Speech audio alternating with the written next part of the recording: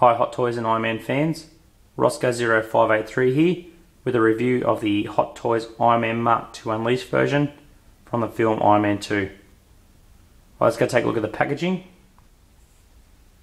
We have a nice glossy finish on the box, got that metallic look, with a nice picture of the Mark II. And you have a nice sort of mirror finish of the heading Iron Man Mark II there, which is a nice touch. Now I'm glad they've done the box like this. It's a lot different to the original Mark II box. You have the part where the inner box slides in the side here, just like the Leonidas box, which is very strong. It needs to be because of all the parts and accessories that this guy comes with. There's quite a lot of weight to this box.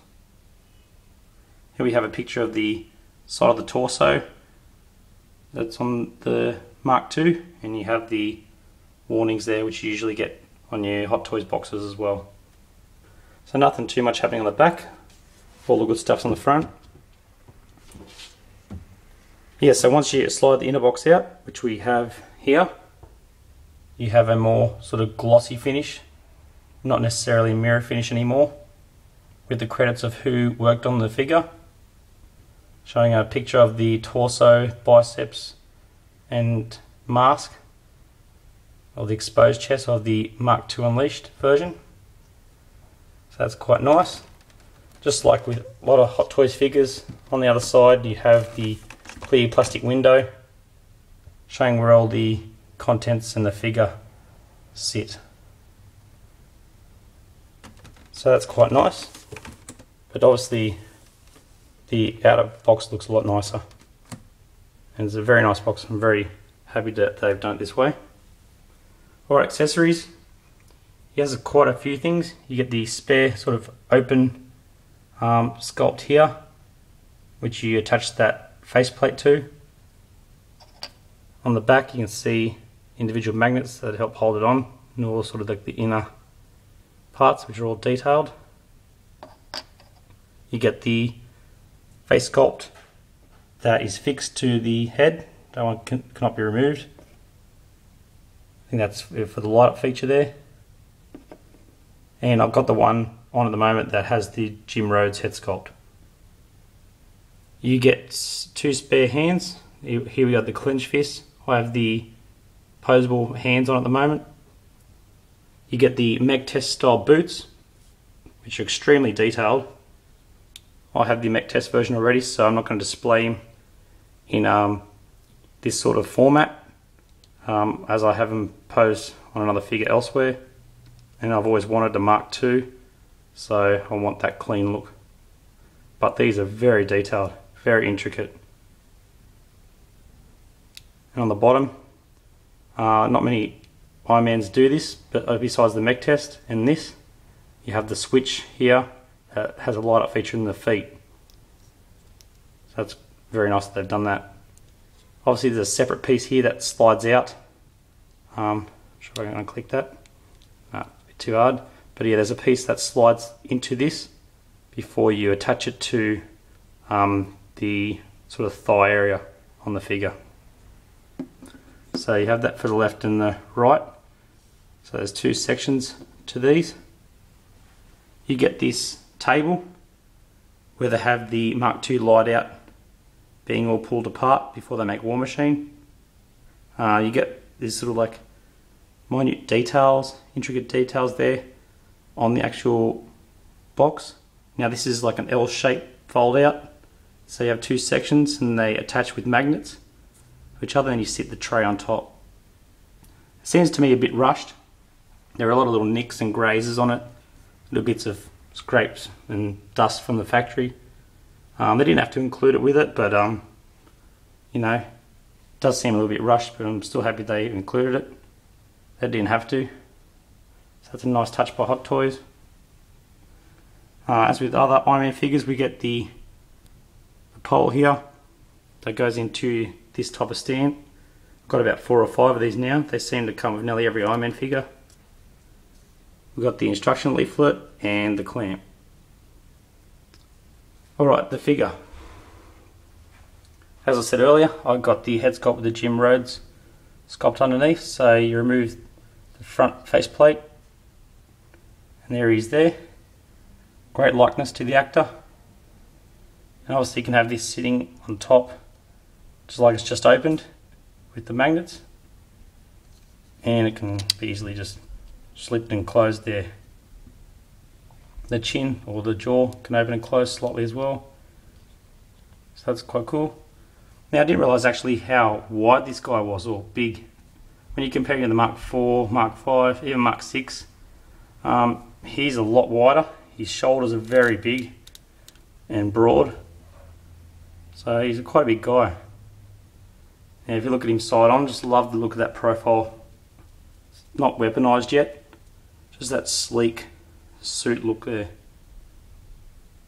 Looks awesome.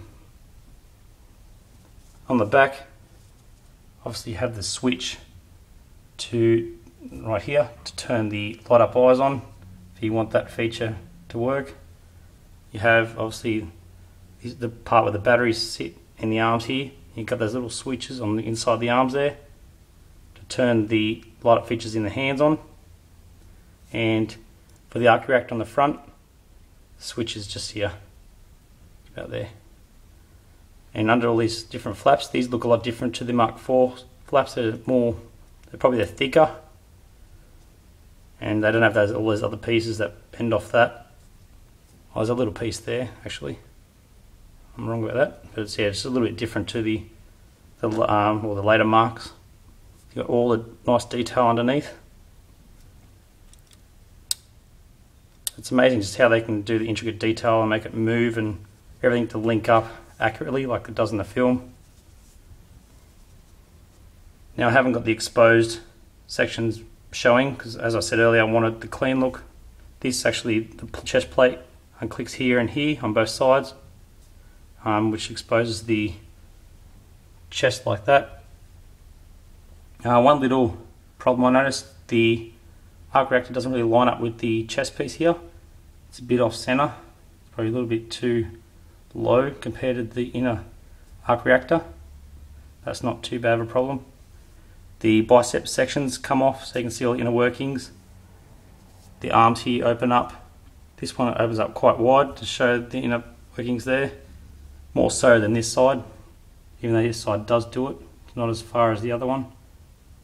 You don't have all the little sort of articulation sections in the torso like the other Marks, like the Mark IV and VI, which is not a huge issue. Still poses pretty easy. Got nice sort of articulation around the arms like most Iron Man figures. Got these big shoulder pieces that can be moved out and adjusted up higher and lower depending on what you want to do with it, which is nice. As I said, I've got the posable hands on, so each little joint in the fingers moves wherever you want it to go. These are rubber this time, these sort of protector pieces here. They're not that hard plastic. You got this the joints here in the top of the legs are a little bit different again. Here we go, move down to the legs. Just love the rivet look all over the figure, and that's just that chrome look. This looks really classy. Move down to the legs here. So you got the same usual Iron Man sort of type of legs. On the back, these open up on both sides, showing what's underneath there, which is quite detailed as well. Just love how everything links up.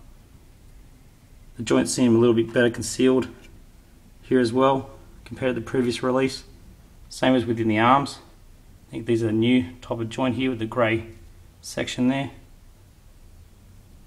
And also you get the standard Hot Toy stand with the Mark II nameplate. So overall, I feel it's a huge improvement on the first version of this figure. You got a lot more posing options. Would have liked a Tony Stark head sculpt in there as well, under the mast, so it could pose as a replacement for the the Iron Man 1 version, but that's not a big issue. So overall, it's a lot better figure, and it's a lot better than paying the $700 that people were asking for it not too long ago. So finally glad having the collection, and I can't wait till the Mark 1 2.0 comes out so I can have him pose with it. It's a very nice Iron Man figure. If you're thinking about buying this, you won't be disappointed. It just looks really classy. It really stands out in the collection with its colour scheme. Alright guys, hope I've covered everything in this review. If you have any questions, just post your comments. I'll get back to them as fast as I can. Thanks for subscribing if you choose to do so, and keep an eye out for my future vids, which should be the Mark 6 Avengers version, Red Skull, and still have the Black Spider-Man review to do as well. So keep an eye out guys, thanks for watching yet again, bye for now.